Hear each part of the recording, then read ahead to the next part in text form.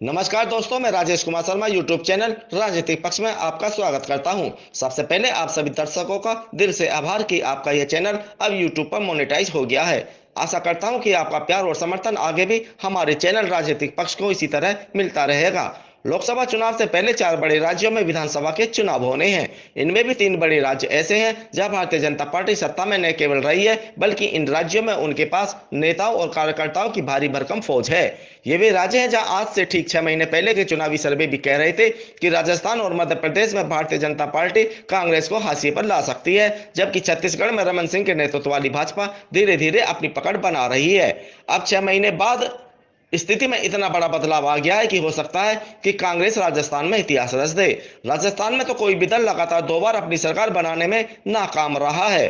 भाजपा उत्साहित थी कि राजस्थान का पुराना इतिहास उसे सत्ता दिलाने में मदद करेगा, लेकिन हाल ही में आए एक सर्वे ने भारतीय जनता पार्टी के दिग्गज नेताओं यह भी कह सकते हैं कि मोदी और अमित शाह के माथे पर चिंता की लकीरें तो जरूर बना दी ही होंगी।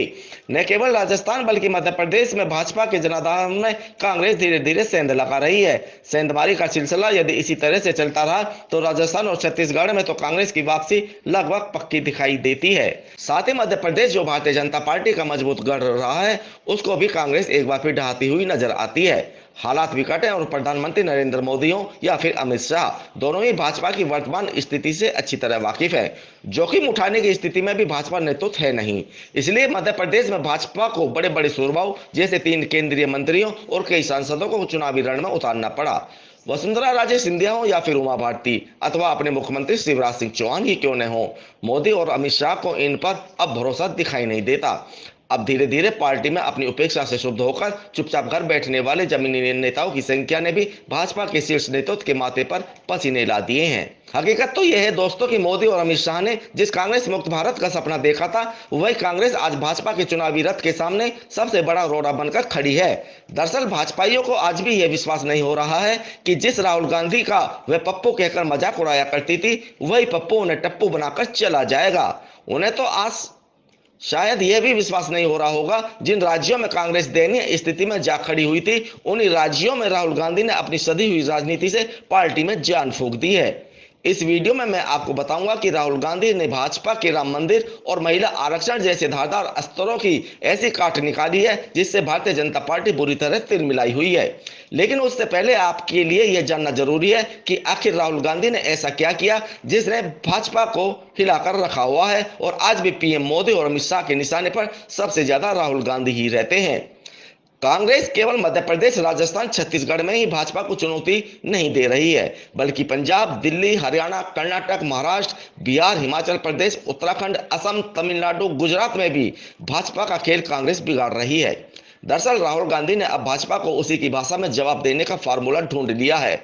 भाजपा का सोशल मीडिया सेल जिस तरह से राहुल गांधी पर हमलावर रहता था, आज वही काम राहुल गांधी की सेना कर रही है। अब चाहे पीएम नरेंद्र मोदी हो या फिर अमित शाह, इनके मुंह से निकले शब्दों का पोस्टमार्टम करने में वे पीछे नहीं रहते। दोस्तों, अब बात राहुल गांधी की उस सदी हुई राजनीति की करते हैं जिसमें कहीं ना कहीं भाजपा फंसती हुई नजर आ रही है, और फंस भी ऐसी रही है कि उसे यह सूझ नहीं रहा है कि उसकी काट क्या हो सकती है। कह ये भी सकते हैं कि भाजपा कहीं ना कहीं राहुल गांधी से तिल मिलाई हुई है।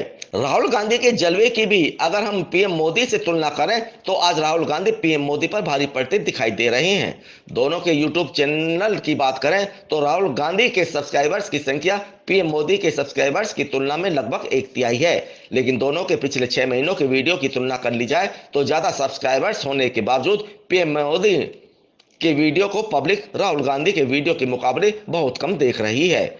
6 महीने में इतना बड़ा परिवर्तन एकाएक नहीं आया है। आज जिन राहुल गांधी की रैलियों में भारी भीड़ उमड़ती है, उसके पीछे राहुल गांधी की वह मेहनत है जिसने कांग्रेस के विरोधियों को भी यह कहने पर विवश कर दिया है कि भारत में अगर विपक्ष को कोई जिंदा रखे हुए है तो उस शख्स का नाम राहुल गांधी है। जिस समय समूचे भारत में भाजपा के विरोधी दलों के नेता चुपचाप बैठकर अपनी राजनीति को आगे बढ़ा रहे थे, उस समय राहुल गांधी सड़क पर उतरकर भाजपा विशेषकर पीएम मोदी की नीतियों का विरोध कर रहे थे।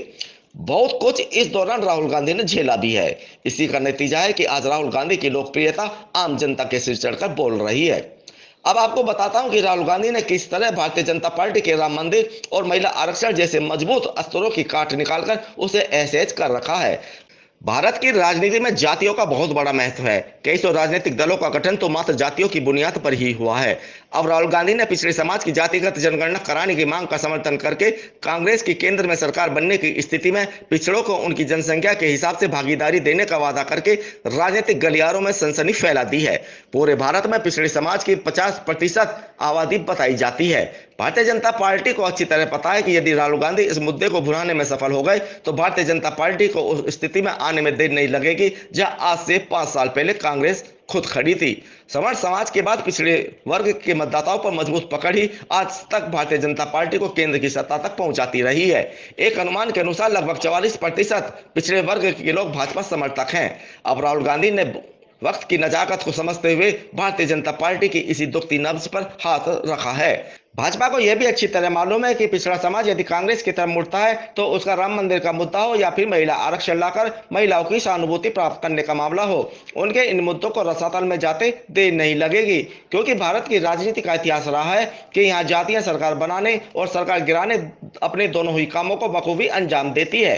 भाजपा यह भी बखूबी जानती है कि भूखे पेट भजन नहीं होते हैं। जो भाजपा अब तक ये सोचे बैठी थी कि लोकसभा चुनाव नजदीक आने पर राम मंदिर मुद्दे को भुनाकर केंद्र की सत्ता आसानी से हासिल की जा सकती है, तो उससे पहले अगर अपनी जनसंख्या के आधार पर राजनीतिक भागीदारी देने की मांग को लेकर यदि पिछड़े समाज के लोग सड़क पर उतर आए तो भारतीय जनता पार्टी की स्थिति क्या होगी, इसका अंदाजा सहज ही लगाया जा सकता है।